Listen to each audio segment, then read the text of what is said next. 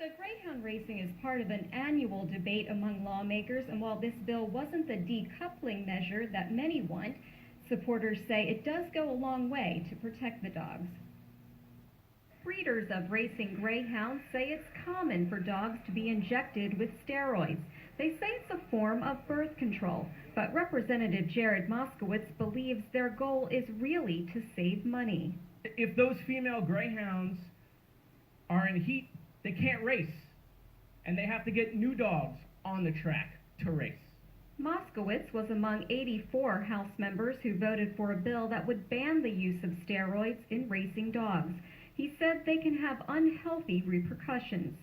And you can talk to people who have adopted greyhounds, and then these greyhounds obviously get sick. And sometimes we find out when the greyhound gets sick, when these people who have adopted these greyhounds try to save their life, we find out years of steroids being pumped into these dogs have actually transitioned female dogs to male dogs.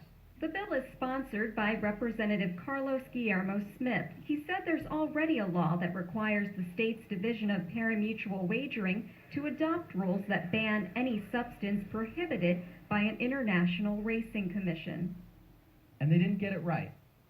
So our job as legislators is to course correct and give them the direction that they need.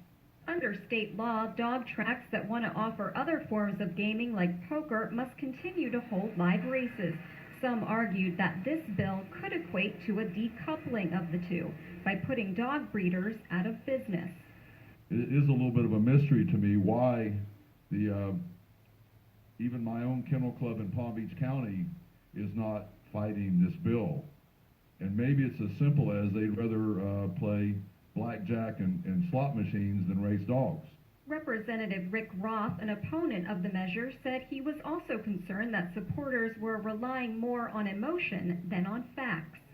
And to my friend and neighbor to the north, Representative Roth, I agree with you. Let's speak to the facts. But the only fact that I need is that steroids are being put into dogs. In horse racing, we don't use steroids, and it still exists. It hasn't interfered with that. In other countries, they do not use steroids, and they may race the females separately. I do not see in any way that this has something to do with ending dog racing in the state of Florida.